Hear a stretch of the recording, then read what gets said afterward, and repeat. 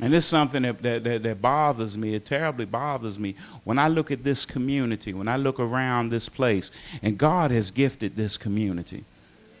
He has gifted us with some great minds. He has gifted us with people who thought outside of the box. He has gifted us with folks who have made impact on the entire nation and the world. But we won't even sow into the next generation of leadership. Instead, we want to put up burglar bars and lock ourselves in. We got to sow into the community. Well, how do we sow into the community? We got to encourage all these little children that's running around here that they are marvelously and wondrously made. We got to encourage every child who's in high school who's struggling that, hey, they got a diploma with your name on it. We need to start bragging about how God has blessed us, that we got a high school that has a 92% graduation rate. We have to understand and remember that there are people around the world that looks to this community for inspiration, because this was a place where folks done great things with nothing, and didn't ask anybody for anything in the process. A community that was self-sufficient, a community now that looks down on its nose at each other. We got to stop that. We got to invest in one another. Oh, why we got them crack dealers around the corner? We need to be praying, Lord.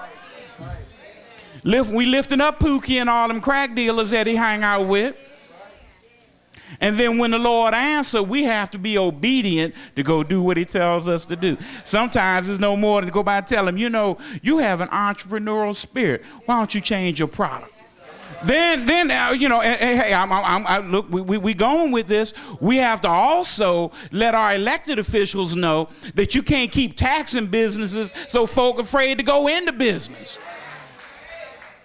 You got to pay a tax for this, a tax for that. You got to pay for this, you got to pay for that. Wait a minute, look at the long-term result of this thing. If you get a business in community who's hiring people in the community, you got the velocity of dollar that's turning over in the community is blessed.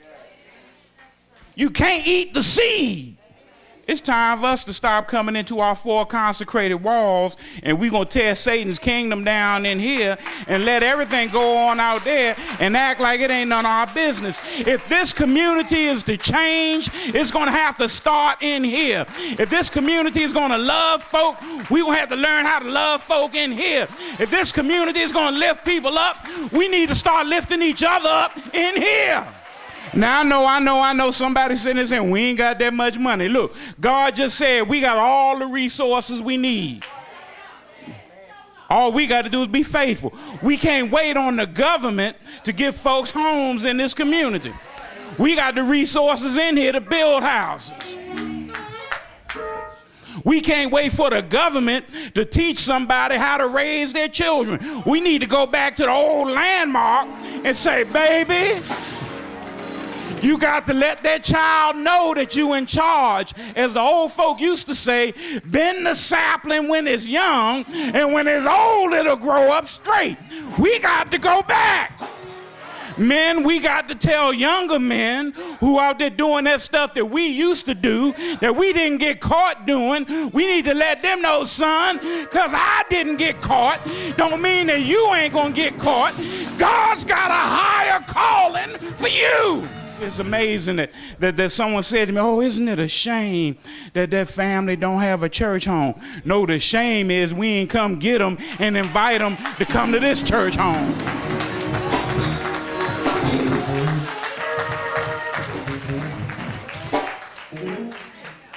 If your friends ain't saved and you ain't told them about Jesus, it's your fault they're going to hell.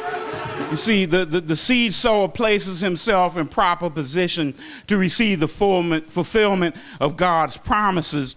The seed sower can enjoy the peace of being in harmony with God's will. The seed sower experiences the thrill of rendering life's greatest possible service. And then this is the good part. The seed sower is guaranteed and can be assured of eternal rewards.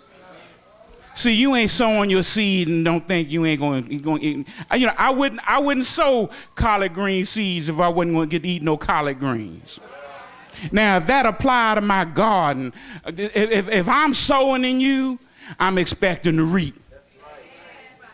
And you know what? I ain't waiting until I die to reap either. Wait a minute, preacher, what you talking about? See, we know there's some rewards on the other side. We know that we got a mansion over on the other side, not made by human hands. We know we're going to sit at the welcome table. When we see Jesus, oh, hallelujah, you know, we're going to do all that. We're going to sit down at the welcome table. We're going to study war no more. We're going to put on our long white robes. We're going to beat our plowshare, our swords in the plowshare, all that good stuff on the other side. But there's some stuff that need to be taken care of right here. You see, the psalmist said that if I sow in tears, I'm going to reap in joy, bringing my sheaves with me. I'm not going to be waiting until I get to the other side. I'm taking some stuff with me right now. God has been good. God has provided. God will give you what you need to do, what he's called you to do. God will give you peace that passes all understanding. Now, I know some folks say, what that got to do with anything? When you catching hell, you need to know that you can get some peace. When they talking about you, rebuking and scorning you, you need to know there's a place that you can go, and you don't have to worry about folk messing with you. You need to know that God has made a way out of no way. You need to know that if I'm in the midst of catching it, that God made some promises, so there's some stuff I don't need to worry about.